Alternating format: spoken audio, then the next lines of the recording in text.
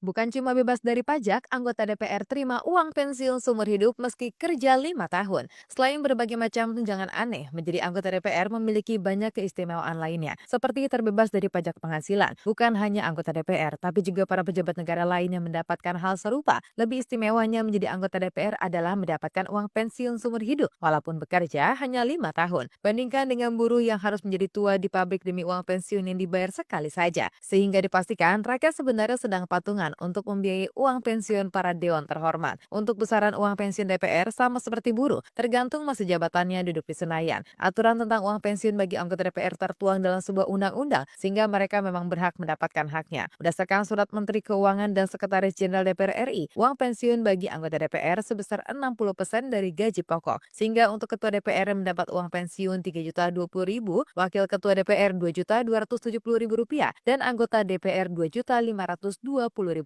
Ternyata uang pensiun untuk anggota DPR lebih besar dari uang pensiun bagi para veteran yang hanya mendapatkan antara 1,5 juta rupiah hingga 2 juta rupiah per bulannya. Sebagai informasi, anggota DPR RI untuk periode 2024 sampai 2029 berjumlah 580 orang. Dalam rincian pendapatan anggota DPR, ketua dan wakil ketua mendapatkan gaji yang berbeda dengan anggota. Gaji pokok untuk ketua DPR sebesar Rp5.040.000, wakil ketua Rp4.620.000, dan anggota DPR Rp4.200.000 per bulannya. Tidak hanya gaji pokok, anggota DPR juga mendapatkan berbagai macam tunjangan, saking banyaknya hingga harus dibagi dalam dua kategori, yaitu tunjangan melekat dan tunjangan lain. Untuk tunjangan melekat meliputi tunjangan sui atau istri sebesar Rp420.000, tunjangan untuk keturunan Rp168.000, uang sidang Rp2 juta, tunjangan jabatan Rp9,7 juta, tunjangan beras sekitar Rp30.000 per jiwa dalam satu kartu keluarga, dan tunjangan pajak penghasilan nyaris Rp2,7 juta.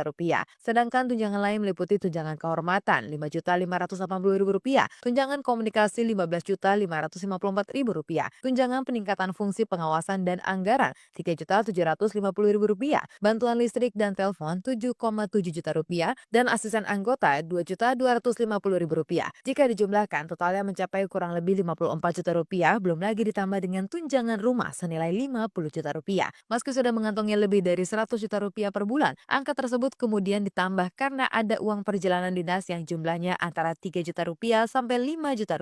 Dengan pendapatan yang sangat fantastis per bulannya, tidak heran jika banyak orang menginginkan jabatan ini.